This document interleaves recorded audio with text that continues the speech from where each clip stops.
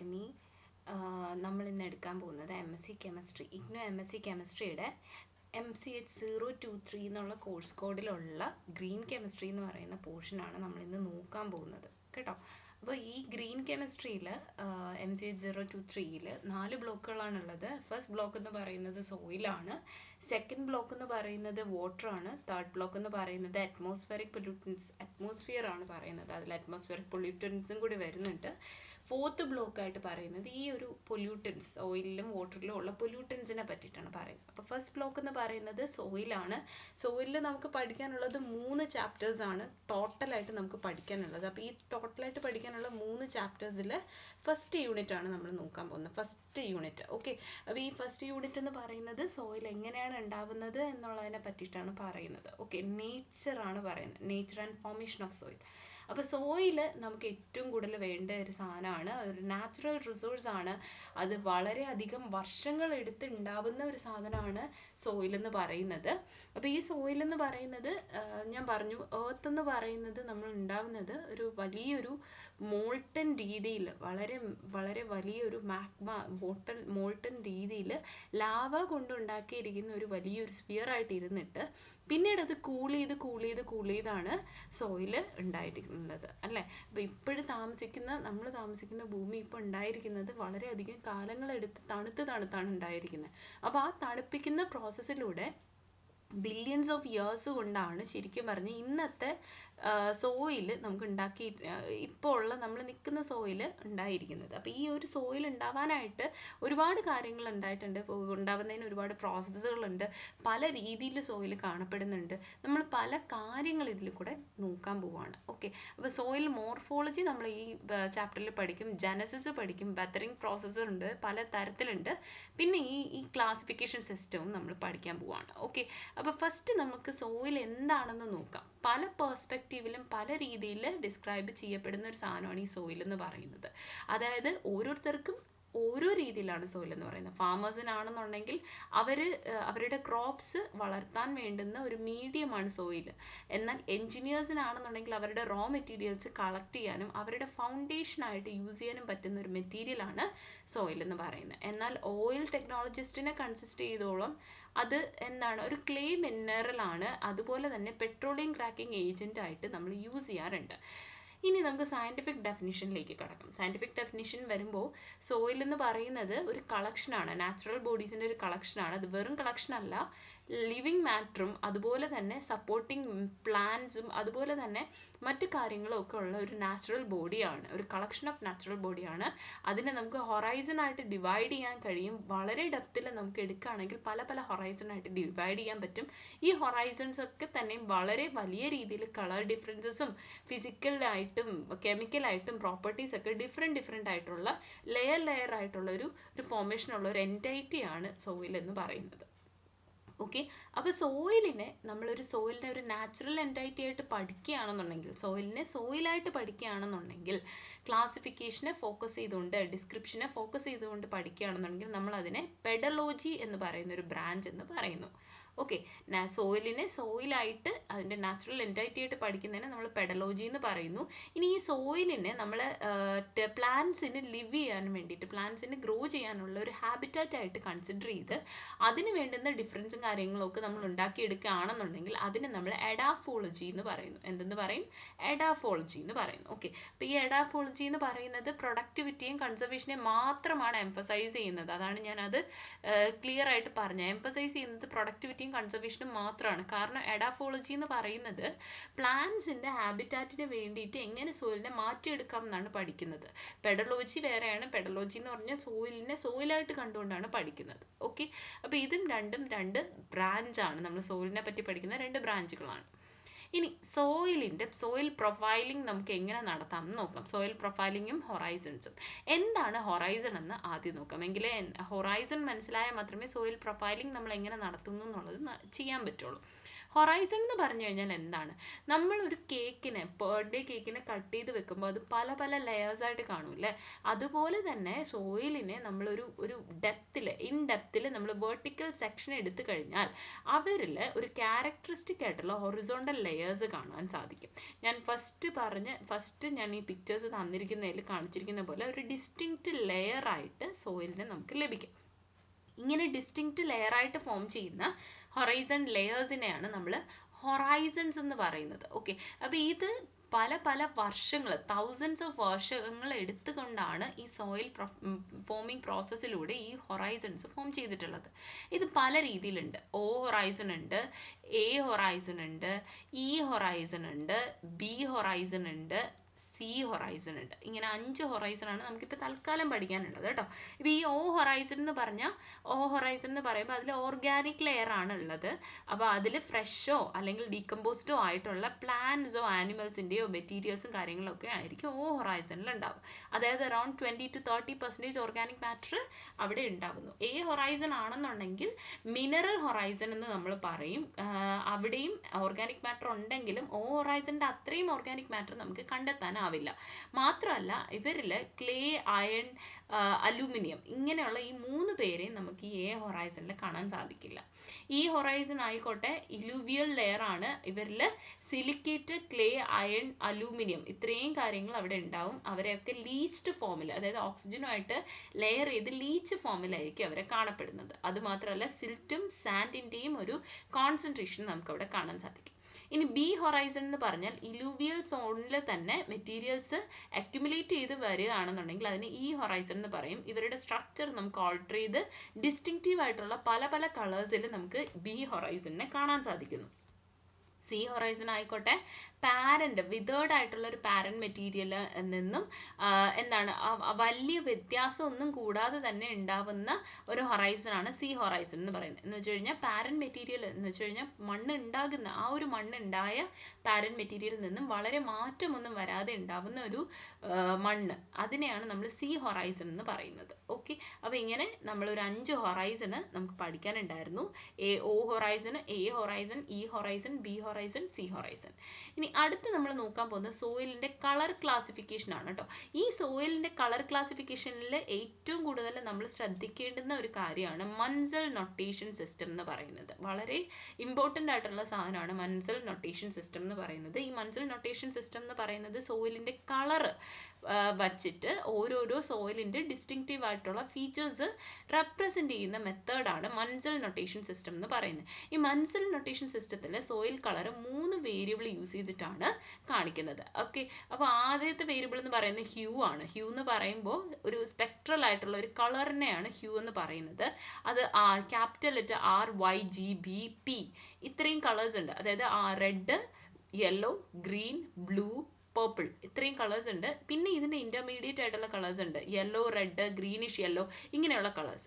ഇതിനെ നമ്മൾ എങ്ങനെ നൊട്ടേറ്റ് ചെയ്യുന്നതെന്ന് പറഞ്ഞാൽ 2.5 യെല്ലോ, 5 യെല്ലോ റെഡിഷ്, 7.5 റെഡിഷ് ഇങ്ങനെയുള്ള രീതിയിലായിരിക്കും ഇത് റെപ്രസെൻ്റ് ചെയ്യുന്നത്. ഇത് റെപ്രസെൻ്റ് ചെയ്യുന്നതെന്ന് പറഞ്ഞാൽ ഇതിൻ്റെ ഹ്യൂവിൻ്റെ കളർ എത്രത്തോളം എക്സ്റ്റെൻസ് ആണ് ഈ ഹ്യൂവിൻ്റെ കളർ എന്നുള്ളതാണ് 2.5, 5, 7.5 ഒക്കെ കാണിച്ചിരിക്കുന്നത്. ഓക്കെ, ഇനി വാല്യൂ എന്ന് പറഞ്ഞു കഴിഞ്ഞാൽ എത്രത്തോളം ലൈറ്ററാണ് അല്ലെങ്കിൽ എത്രത്തോളം ഡാർക്കറാണ് നമ്മുടെ സോയിൽ എന്ന് കാണിക്കാൻ വേണ്ടിയിട്ടാണ് വാല്യൂ ഉള്ളത്. അത് 0യിൽ നിന്നും സ്റ്റാർട്ട് ചെയ്യുന്നു, എന്നിട്ട് 10 വരെ ഉണ്ട് കേട്ടോ അതിൻ്റെ വാല്യൂ. 0 എന്ന് പറയുമ്പോൾ പ്യുവർലി ബ്ലാക്കിഷ് ആയിട്ടുള്ള സോയിലാണ് 0 എന്ന് പറയുന്നത്. 10 എന്ന് പറഞ്ഞാൽ പ്യുവർ വൈറ്റ് ആയിട്ടുള്ള അല്ലെങ്കിൽ ഓൾമോസ്റ്റ് വൈറ്റ് ആയിട്ടുള്ള സോയിലിനെയാണ് നമ്മൾ എന്തെന്ന് പറയുന്നത് 10 വാല്യൂ നമ്മൾ കൊടുക്കുന്നത്. ഓക്കെ, അപ്പോൾ ഇനി ക്രോമയുണ്ട്. ക്രോമ എന്ന് പറയുന്നതാണ് ലാസ്റ്റ് പോർഷൻ, ലാസ്റ്റ് ക്ലാസിഫിക്കേഷനിലെ ലാസ്റ്റ് വേരിയബിൾ ക്രോമയാണ്. ക്രോമ എന്ന് പറഞ്ഞാൽ എത്രത്തോളം പ്യുവർ ആണ്, കളറിൻ്റെ സ്ട്രെങ്ത് എത്രയുണ്ട് എന്ന് കാണിക്കാൻ വേണ്ടിയിട്ടാണ് നമ്മൾ എന്ത് യൂസ് ചെയ്യുന്നത്, ക്രോമ യൂസ് ചെയ്യുന്നത്. ഓക്കെ, എക്സാമ്പിൾ എന്ന് പറയുന്നത് 7.5 R 7/3 എന്ന് വെച്ച് കഴിഞ്ഞാൽ ഈ 7.5 R എന്ന് പറയുന്നത് ഹ്യൂ ആണ് കാണിച്ചിരിക്കുന്നത് കേട്ടോ. ഇതിൻ്റെ മേലിലുള്ള ന്യൂമറേറ്ററിലുള്ള 7 എന്ന് പറയുന്നത് വാല്യൂവും ഡിനോമിനേറ്ററിലുള്ള 3 എന്ന് പറയുന്നത് ക്രോമയും ആണ് കാണിച്ചിരിക്കുന്നത്. ഓക്കെ, 7.5 R എന്ന് പറഞ്ഞാൽ റെഡാണ്. വാല്യൂ എന്ന് പറയുന്നത് 7 എന്ന് പറയുമ്പോൾ അത്രത്തോളം കുറച്ച് ഭയങ്കര ഡാർക്ക് അല്ല, എന്നാൽ ലൈറ്റും അല്ലാത്തൊരു കളറാണ്. 7 എന്ന് പറയുമ്പോൾ അത്രത്തോളം ലൈറ്റർ ആയിട്ടുള്ള കളറാണ്. പിന്നെ ക്രോമ ഓഫ് 3 എന്ന് പറയുമ്പം ഓൾമോസ്റ്റ് ഓർഗാനിക് മാറ്ററും കാര്യങ്ങളും ഒക്കെ അടങ്ങിയിട്ടുണ്ട് എന്നാണ് അർത്ഥം. ഇനി ഈ ക്രോമയിൽ നിങ്ങൾ നോക്കുമായിരിക്കും ക്രോമയിൽ എങ്ങനെയാണ് ഞാൻ ഈ ഓർഗാനിക് മാറ്റർ ഉണ്ടായിട്ടുണ്ട് കണ്ടെയ്ൻഡ് ആണ് എന്നൊക്കെ പറയുന്നതെന്ന് ചോദിച്ചു കഴിഞ്ഞാൽ ഈ ക്രോമയുടെ മെറ്റീരിയൽസിൽ ഒരു പ്രത്യേകതയുണ്ട്. നിങ്ങളുടെ ടെക്സ്റ്റിൽ നോക്കിക്കഴിഞ്ഞാൽ കാണാനായിട്ട് സാധിക്കും. ക്രോമയുടെ ഡിസ്റ്റിങ്റ്റീവ് ആയിട്ടുള്ള ഫീച്ചേഴ്സും കാര്യങ്ങളും ഒക്കെ തന്നെ ടെക്സ്റ്റിൽ കൃത്യമായിട്ട് കൊടുത്തിട്ടുണ്ട്. ഓക്കെ, അപ്പോൾ അത് ഒന്ന് റെഫർ ചെയ്ത് കഴിഞ്ഞു കഴിഞ്ഞാൽ എത്രത്തോളം ക്രോമ എത്രത്തോളം അതിൻ്റെ വാല്യൂസും കാര്യങ്ങളും ഒക്കെ സെപ്പറേറ്റ് ആയിട്ട് നിങ്ങൾക്ക് അറിയാനായിട്ട് സാധിക്കും. ഇനി ഈ ക്രോമയിൽ തന്നെ ഈ ചെറിയ ചെറിയ ഹൊറൈസൺസ് ആയിട്ട് നമുക്ക് പഠിക്കാനുണ്ട് കേട്ടോ. ഓക്കെ, അപ്പം നമുക്ക് നെക്സ്റ്റ് പോർഷനിലോട്ട് പോകാം. നാലാമത്തെയാണ് നമുക്കിനി പഠിക്കാനുള്ളത് മിനറൽസും റോക്സും അതിൻ്റെ ബിൽഡിംഗ് ബ്ലോക്സിനെയും പറ്റിയിട്ടാണ് കേട്ടോ. ഇനി മിനറൽസും ബിൽഡിംഗ് ബ്ലോക്സിൻ്റെയും സെപ്പറേറ്റ് ആയിട്ടുള്ള ഒരു മെത്തേഡ് എന്താണ് കാര്യം. മിനറൽസും റോക്സും എന്തിനാണ് മിനറൽസും റോക്സും? മിനറൽസ് എന്ന് പറയുന്ന രണ്ട് രീതിയിലുണ്ട്. പ്രൈമറി മിനറൽസ് ഉണ്ട്, സെക്കൻഡറി മിനറൽസ് ഉണ്ട്. പ്രൈമറി മിനറൽസ് എന്ന് പറഞ്ഞു കഴിഞ്ഞാൽ മോൾട്ടൻ മാഗ്മയിൽ നിന്ന് നേരിട്ട് കൂൾ ചെയ്തുണ്ടായി അല്ലെങ്കിൽ ഇഗ്നിയസ് റോക്സിലോട്ട് മാറിയ മിനറൽസിനെയാണ് പ്രൈമറി മിനറൽസ് എന്ന് പറയുന്നത്. Example quartz, mica, feldspar, muscovite, biotite, hornblende ഇതൊക്കെ എന്താണ് പ്രൈമറി മിനറൽസ് ആണ്. കാരണം അവർ മോൾട്ടൻ മാഗ്മയിൽ നിന്നും നേരിട്ടുണ്ടായവരാണ്. സെക്കൻഡറി മിനറൽസ് എന്ന് പറയുന്നത് അവർ വെതറിംഗ് പ്രോസസ്സ് വഴി ഉണ്ടായതാണ്. പ്രൈമറി മിനറൽസിൻ്റെ വെതറിംഗ് പ്രോസസ്സ് വഴി ഉണ്ടായ മിനറൽസ് ആണ് secondary minerals. Example clay, mineral, goethite, hematite, gibbsite ഇതൊക്കെ എന്താണ് സെക്കൻഡറി മിനറൽസിൻ്റെ കാറ്റഗറിയിൽ പെട്ടവരെയാണ്. ഇനി എങ്ങനെയാണ് ഈ പ്രൈമറിയിലും സെക്കൻഡറി മിനറൽസിൽ നിന്നും ഒക്കെ ഇവർ ഉണ്ടായി വരുന്നത്? അത് വെതറിംഗ് പ്രോസസ്സിലൂടെയാണ്. ഓക്കെ, ഇപ്പോൾ ഈ വെതറിംഗ് പ്രോസസ്സിലൂടെയാണ് സെക്കൻഡറി മിനറൽസ് ആയാലും പ്രൈമറി മിനറൽസിൽ നിന്നും ഒക്കെ സോയിൽ ഫോർമേഷൻ ഉണ്ടാകുന്നത്. ഈ സോയിൽ ഫോർമേഷനിൽ വെതറിംഗ് എന്ന് പറഞ്ഞു കഴിഞ്ഞാൽ എന്താണെന്ന് ചോദിച്ചാൽ ഈ വലിയ വലിയ റോക്സിനെ എന്തെങ്കിലുമൊക്കെ കാരണത്താൽ മേ ബി കെമിക്കൽ അല്ലെങ്കിൽ മെക്കാനിക്കൽ അല്ലെങ്കിൽ ഫിസിക്കൽ എന്നും പറയും. മെക്കാനിക്കൽ അല്ലെങ്കിൽ ഫിസിക്കൽ ഈ രണ്ട് പ്രോസസ്സിലൂടെ റോക്സിനെ ബ്രേക്ക് ഡൗൺ ചെയ്ത് നമുക്ക് സോയിൽ ഉണ്ടാവുന്ന പ്രോസസ്സിനെയാണ് നമ്മൾ വെതറിംഗ് പ്രോസസ്സ് എന്ന് പറയുന്നത്.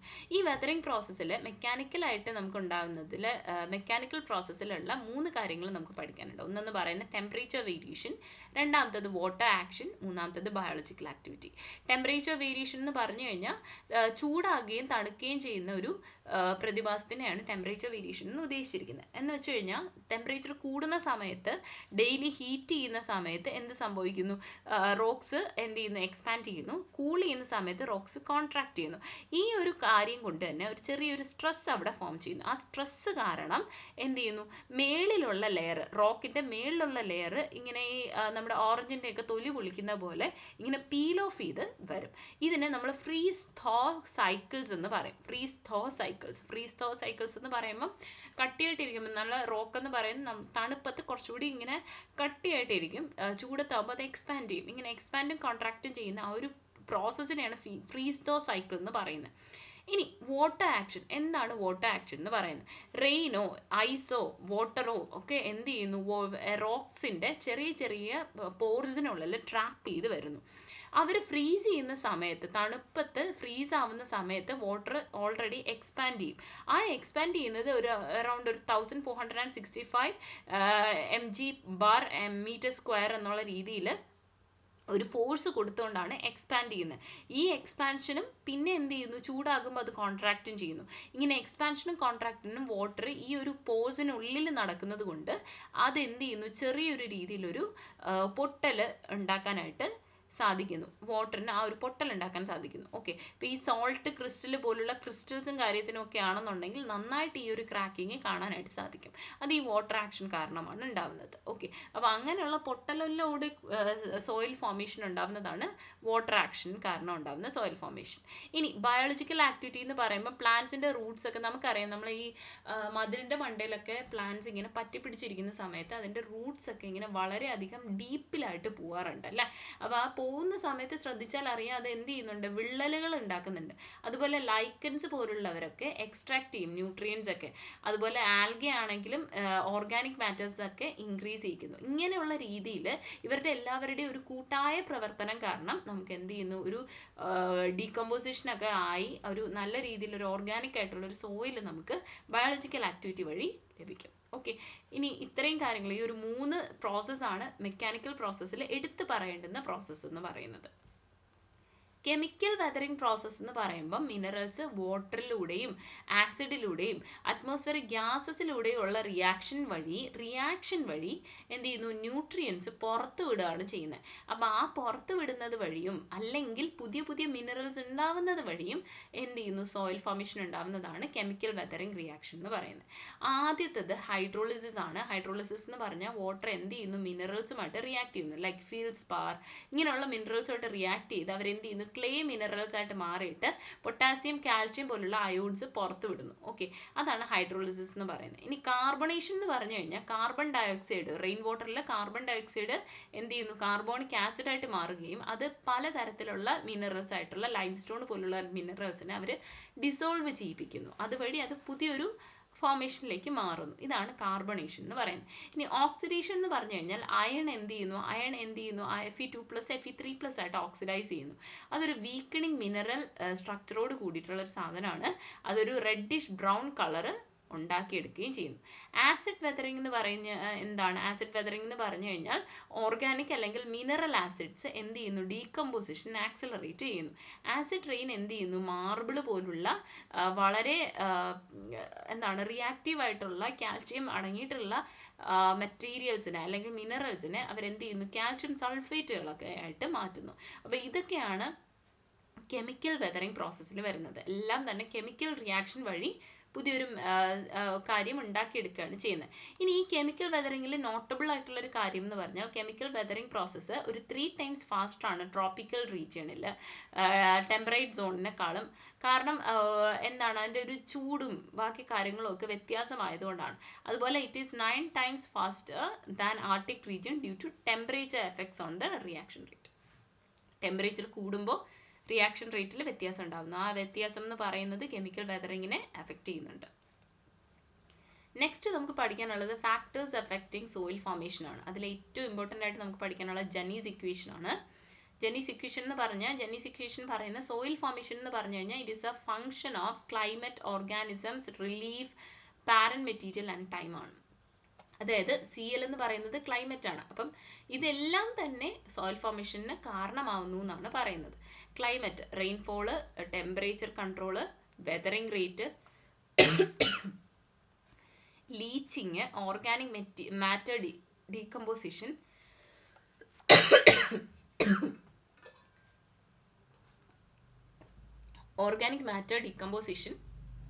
ഇതൊക്കെ തന്നെ ക്ലൈമറ്റിൻ്റെ ഈ ഒരു സ്പെഷ്യൽ ഫീച്ചേഴ്സ് ഒക്കെ തന്നെയും നമ്മുടെ സോയിൽ ഫോർമേഷനെ ബാധിക്കുന്ന കാര്യമാണ്. ഇതുപോലെ തന്നെ P/E റേഷ്യോയും സോയിൽ ഫോർമേഷൻ്റെ ഡെവലപ്മെൻറ്റ് ഡിറ്റർമൈൻ ചെയ്യുന്നുണ്ട്.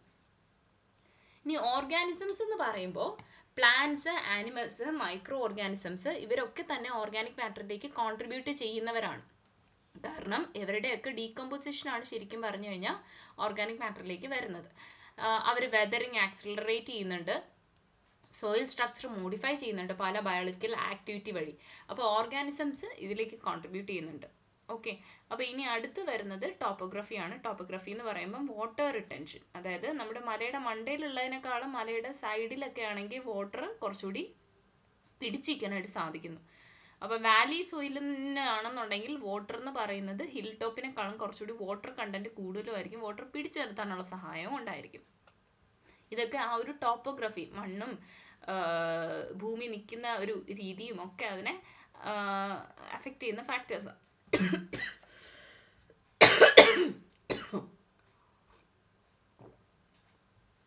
ഓക്കെ, ഇനി പാരന്റ് മെറ്റീരിയൽ എന്ന് പറയുമ്പോൾ ഒറിജിനൽ റോക്ക് അല്ലെങ്കിൽ സെഡിമെന്റ് കോമ്പോസിഷൻ, ഇതിലേതിൽ നിന്നാണ് സോയിൽ ഫോം ചെയ്യുന്നത്.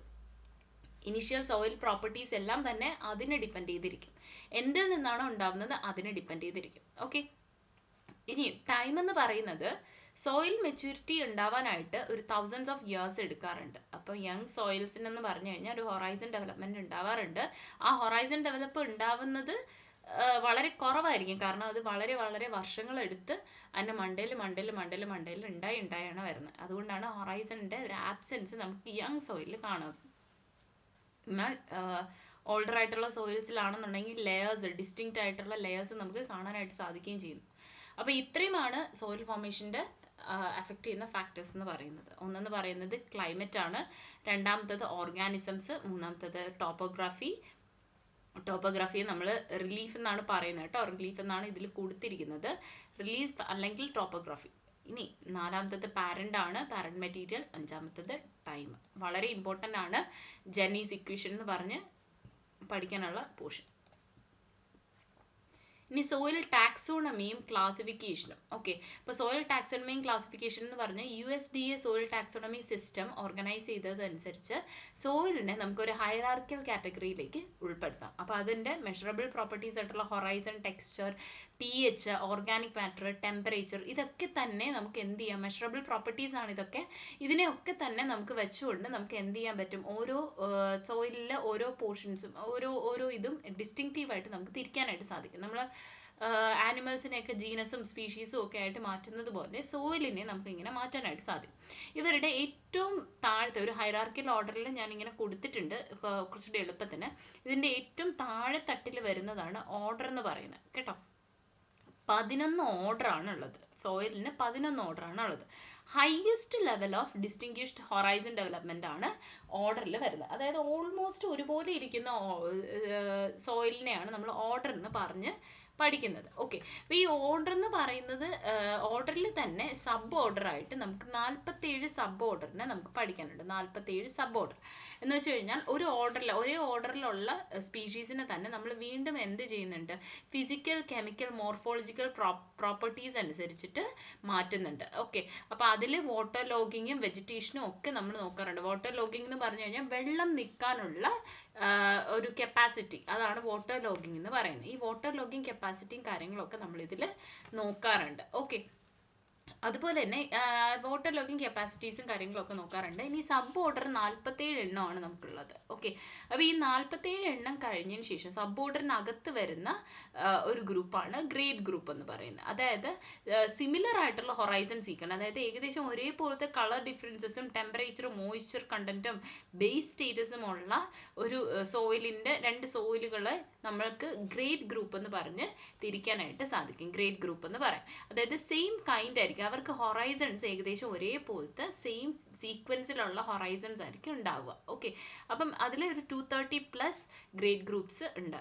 ഇനി സബ് ഗ്രൂപ്പ്, ഗ്രേഡ് ഗ്രൂപ്പിനകത്ത് വരുന്നതാണ് സബ് ഗ്രൂപ്പ് എന്ന് പറയുന്നത്. 3 ടൈപ്പ് സബ് ഗ്രൂപ്പ്സ് ആണ് ശരിക്കും പറഞ്ഞു കഴിഞ്ഞാൽ ഉള്ളത്. 3 types: typic groups, intergrade groups, extragrade groups. ഞാനത് ഇതിൽ കൊടുത്തിട്ടില്ല.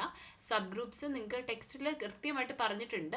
ടിപ്പിക്ക്, ഇന്റർഗ്രേഡ്, എക്സ്ട്രാ ഗ്രേഡ് പ്രോപ്പർട്ടീസ് ആണ് ഇതിൽ വരുന്നത്. ഇതിൽ ടിപ്പിക് എന്ന് പറഞ്ഞു കഴിഞ്ഞാൽ എന്താണെന്ന് പറഞ്ഞുതരാം. ടിപ്പിക് എന്ന് പറഞ്ഞു കഴിഞ്ഞാൽ ഈ ഗ്രൂപ്പിന് സെൻട്രൽ പ്രോപ്പർട്ടി, നമ്മുടെ ഗ്രേഡ് ഗ്രൂപ്പിൻ്റെ അതേ പ്രോപ്പർട്ടി കാണിക്കുന്ന, ഗ്രേഡ് ഗ്രൂപ്പിൻ്റെ സെയിം പ്രോപ്പർട്ടി കാണിക്കുന്ന ടൈപ്പുകളാണ് ടിപ്പിക് ഗ്രൂപ്പ്സ് എന്ന് പറയുന്നത്. ഇന്റർഗ്രേഡ് ഗ്രൂപ്പ്സ് എന്ന് പറഞ്ഞു കഴിഞ്ഞാൽ നമ്മുടെ ഗ്രേഡ് ഗ്രൂപ്പിൻ്റെ പ്രോപ്പർട്ടീസ് കാണിക്കും, എന്നാലും ഗ്രേഡ് ഗ്രൂപ്പിൻ്റെ പ്രോപ്പർട്ടീസ് കാണിക്കുമെങ്കിലും മറ്റ് പല പ്രോപ്പർട്ടീസും കൂടി അവർ കാണിക്കാറുണ്ട്. ടിപ്പിക് ഗ്രൂപ്പ്സ് എന്ന് പറഞ്ഞാൽ ഗ്രേഡ് ഗ്രൂപ്പ് എങ്ങനെയാണോ അതിൻ്റെ ഒരു മിനിയേച്ചർ ഫോമാണ്. ഇന്റർഗ്രേഡ് എന്ന് പറഞ്ഞാൽ ഗ്രേഡ് ഗ്രൂപ്പിൻ്റെ പ്രോപ്പർട്ടീസ് കാണിക്കുമെങ്കിലും മറ്റ് പ്രോപ്പർട്ടീസും കൂടി കാണിക്കുന്നു. ഇനി എക്സ്ട്രാ ഗ്രേഡ്സ് ആണെന്നുണ്ടെങ്കിൽ എക്സ്ട്രാ ഗ്രേഡ്സിൻ്റെ ഗ്രൂപ്പിൻ്റെ പ്രോപ്പർട്ടീസ് ഒന്നും തന്നെ ആരുമായിട്ട് ബന്ധമില്ല, ഗ്രേഡ് ഗ്രൂപ്പിൻ്റെ പ്രോപ്പർട്ടീസുമായിട്ട് വലിയ ബന്ധമൊന്നും ഉണ്ടാവില്ല. ഓക്കെ, അപ്പോൾ ഇത്തരത്തിലുള്ള ഗ്രൂപ്പ്സിനെയാണ് നമ്മൾ ടിപ്പിക്, ഇന്റർഗ്രേഡ്, എക്സ്ട്രാ ഗ്രേഡ് എന്നുള്ള രീതിയിൽ സബ് ഗ്രൂപ്പായിട്ട് നമ്മൾ ഡിവൈഡ് ചെയ്തിട്ടുള്ളത്. ഓക്കെ, അപ്പോൾ ഇതിൽ മോർ ദാൻ 1200 സബ് ഗ്രൂപ്പ്സ് ആണ് നമുക്കിവിടെ ഉള്ളത്. ഇനി അടുത്ത് നമുക്ക് പഠിക്കാനുള്ളത് ഫാമിലിയാണ്. ഫാമിലി എന്ന് പറയുന്നത് 6600+ ഫാമിലീസ് ഉണ്ട്. അപ്പോൾ ഈ ഫാമിലീസ് എന്ന് പറയുന്നത് എങ്ങനെയായിരിക്കും നമ്മൾ ഗ്രൂപ്പ് ചെയ്യുന്നതെന്ന് പറഞ്ഞു കഴിഞ്ഞാൽ നമുക്ക് പല രീതിയിൽ ഗ്രൂപ്പ് ചെയ്യാം. ഫിസിക്കൽ അല്ലെങ്കിൽ മിനറോളജിക്കൽ പ്രോപ്പർട്ടീസിൻ്റെ ബേസിസിൽ നമുക്ക് എന്ത് ചെയ്യാം, ഇവരെ ഫാമിലി ആയിട്ട് ട്രീറ്റ് ചെയ്ത് ഡിവൈഡ് ചെയ്യാനായിട്ട് സാധിക്കും. ഇവരുടെ ബേസിക് പ്രോപ്പർട്ടി എന്ന് പറയുന്നത് സോയിൽ ടെക്സ്ചറും ടെമ്പറേച്ചറും മിനറോളജിയും ഒക്കെയാണ്. സോയിൽ ടെക്സ്ചറൊക്കെ നമുക്ക് സോയിൽ എങ്ങനെയാണ്, നല്ല സാൻഡ് ആണോ, ക്ലേ ആണോ, ഇങ്ങനെ ക്ലേ ആണോ, കുറച്ച് സോഫ്റ്റ് ആണോ, ഇങ്ങനെയുള്ളതൊക്കെ വെച്ചിട്ട് നമ്മൾ ഡിവൈഡ് ചെയ്യുന്നു. അതാണ് ഫാമിലി എന്ന് പറയുന്നത്. അത് 6600+ ഫാമിലി ഗ്രൂപ്പ് ഉണ്ട് സോയിലിന്. ഇനി ഏറ്റവും ഡിസ്റ്റിങ്റ്റീവായിട്ട് സ്പെസിഫിക് ആയിട്ടുള്ള ഒരു യൂണിറ്റ് ആണ് സീരീസ് എന്ന് പറയുന്നത്. ഓക്കെ, അപ്പം ഏറ്റവും ലാസ്റ്റ് വരുന്നതാണ് സീരീസ് എന്ന് പറയുന്നത്. സീരീസിലുള്ളതാണ് സോയിൽസ്. സീരീസിലുള്ള സോയിൽസ് എല്ലാം തന്നെ ഓൾമോസ്റ്റ് എല്ലാ രീതിയിലും സിമിലാരിറ്റി കാണിക്കുന്നവരായിരിക്കും. ഓക്കെ, സോയിൽ സീരീസിൽ മോസ്റ്റ് സ്പെസിഫിക് ആയിട്ടുള്ളൊരു യൂണിറ്റ് ആണ് സീരീസ് എന്ന് പറയുന്നത്. അതിൽ സോയിൽ എന്ന് പറയുന്നത് ഡിഫറെൻ്റ് ആയിട്ടുള്ള ക്യാരക്ടേഴ്സ് അല്ല, സെയിം ആയിട്ടുള്ള എല്ലാം ഓൾമോസ്റ്റ് സെയിം പ്രൊഫൈൽ ക്യാരക്ടേഴ്സ് ഉള്ള സീരീസ് ഉള്ളവരായിരിക്കും നമുക്കിവിടെ കാണിക്കുക.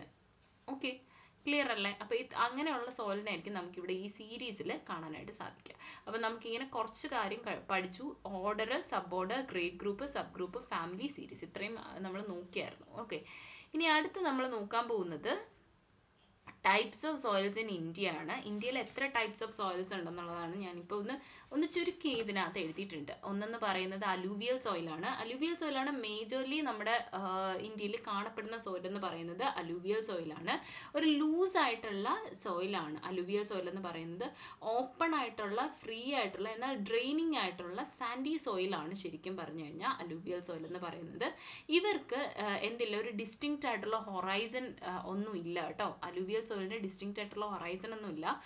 ഓൾമോസ്റ്റ് ഒരു 7 lakh കിലോമീറ്റേഴ്സ് കവർ ചെയ്യുന്ന ഒരു സോയിൽ ഗ്രൂപ്പാണ് അലൂവിയൽ സോയിൽ എന്ന് പറയുന്നത്. ഇവരൊക്കെ കാണപ്പെടുന്നത് അലൂവിയൽ സോയിൽ മേജർലി അക്യുമുലേറ്റ് ചെയ്യുന്നത് പഞ്ചാബിലും ഉത്തർപ്രദേശിലും ഒക്കെയാണ് കേട്ടോ. പഞ്ചാബിലും ഉത്തർപ്രദേശിലും ഒക്കെയാണ് നമുക്ക് അലൂവിയൽ സോയിൽ കാണാനായിട്ട് സാധിക്കുന്നത്. പഞ്ചാബിലും ഉത്തർപ്രദേശിലും ഒക്കെയാണ് കാണാൻ സാധിക്കുന്നത്. ഇനി ഇവരുടെ പ്രത്യേകതകളൊക്കെ നമ്മൾ മെയിനായിട്ട് പറഞ്ഞു. ഇവർ നമ്മുടെ ഈ ഇന്ത്യയുടെ ഏറ്റവും ഒത്ത നടുക്കൊക്കെ ആയിട്ടായിരിക്കും ഡെക്കാൻ പ്ലേറ്റുകളൊക്കെ വരുന്ന പോർഷനിലായിരിക്കും ഏറ്റവും കൂടുതൽ ഇവർ കാണുന്നത്. ഇവരുടെ pH എന്ന് പറയുന്നത് 7 to 8 ആണ്. ഫെർട്ടൈൽ ആണെന്ന് പറയപ്പെടുന്നു. പക്ഷേ ഇവർ നൈട്രജനിലും ഫോസ്ഫറസിലും ഹ്യൂമസിലും ഒക്കെ ഒരു ഡെഫിഷ്യൻ്റ് കാണിക്കുന്നുണ്ട് കേട്ടോ. ഇനി അടുത്ത് വരുന്നത് ബ്ലാക്ക് സോയിലാണ് കേട്ടോ. ബ്ലാക്ക് സോയിൽ എന്ന് പറയുന്നത് നമ്മുടെ സെമി ആരിഡ് കണ്ടീഷനിലുണ്ടായ സോയിലാണ് ബ്ലാക്ക് സോയിൽ എന്ന് പറയുന്നത്. അതായത് റോക്ക് ഫോർമേഷൻ കാരണമാണ് ഉണ്ടാകുന്നത്. ബസാൾട്ടിക് ട്രാപ്പ് എന്ന് പറഞ്ഞിരിക്കുന്നത് അതുകൊണ്ടാണ്. ഈ ബസാൾട്ടിക് ട്രാപ്പ് എന്ന് പറയുന്നതാണ് ഇതിൽ ഈ ബ്ലാക്ക് സോയിൽ ഉണ്ടാകുന്ന ഏറ്റവും കോമൺ ആയിട്ടുള്ള സോയിൽ എന്ന് പറയുന്നത് ബസാൾട്ടിക് ട്രാപ്പാണ്. ഇവരുടെ പേര് പോലെ തന്നെ ഇവർ ഡാർക്ക് ബ്രൗൺ അല്ലെങ്കിൽ ബ്ലാക്ക് കളറാണ്. പിന്നെ ഇവർ റിഗർ ബ്ലാക്ക് അല്ലെങ്കിൽ കോട്ടണി ബ്ലാക്ക് കോട്ടൺ സോയിൽ എന്നും ഒക്കെ പറയാറുണ്ട്. റിവർ ബാങ്ക്സിലാണ് ശരിക്കും പറഞ്ഞ ഇവരെ കാണപ്പെടുന്നത്. ഇനി ഹൈലി ക്ലേ കണ്ടന്റ് ഉണ്ട്, പക്ഷേ ഇവിടെയും നൈട്രജനും ഫോസ്ഫറസും ഒക്കെ ആബ്സെന്റ് ആണ്. ഈ ബ്ലാക്ക് സോയിൽ കാണപ്പെടുന്നത് മഹാരാഷ്ട്രയിലും സൗരാഷ്ട്രയിലും മധ്യപ്രദേശിലുമാണ് കാണപ്പെടുന്നത്. പിന്നെ രാജസ്ഥാനിലും UP-യിലും ആന്ധ്രാപ്രദേശിലും തമിഴ്നാട്ടിലും കർണാടകയിലും ഒക്കെ ഈ ബ്ലാക്ക് സോയിൽ കണ്ടിട്ടുണ്ട്. ഇനി റെഡ് അല്ലെങ്കിൽ ലാട്രൈറ്റ് സോയിൽ എന്ന് പറയുന്നത് ഒരു റസ്റ്റി റെഡ് കളറിലുള്ള സോയിലാണ് റെഡ് അല്ലെങ്കിൽ ലാട്രൈറ്റ് സോയിൽ എന്ന് പറയുന്നത്. ഇവരിൽ റെഡ് കളർ വരാനുള്ള കാരണം അയൺ ഓക്സൈഡിന്റെ പ്രസൻസ് ആണ് കേട്ടോ.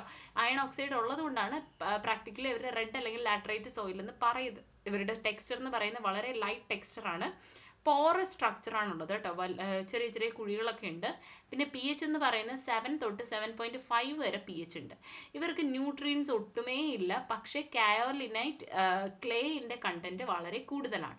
ഈ റെഡ് സോയിൽ കാണപ്പെടുന്നത് റെഡ് അല്ലെങ്കിൽ ലാട്രൈറ്റ് സോയിൽ കാണപ്പെടുന്നത് നമ്മുടെ കേരളത്തിലും കർണാടകയിലും മഹാരാഷ്ട്രയിലും മധ്യപ്രദേശിലും ഒറീസയിലും ഒക്കെ ആയിട്ടാണ്.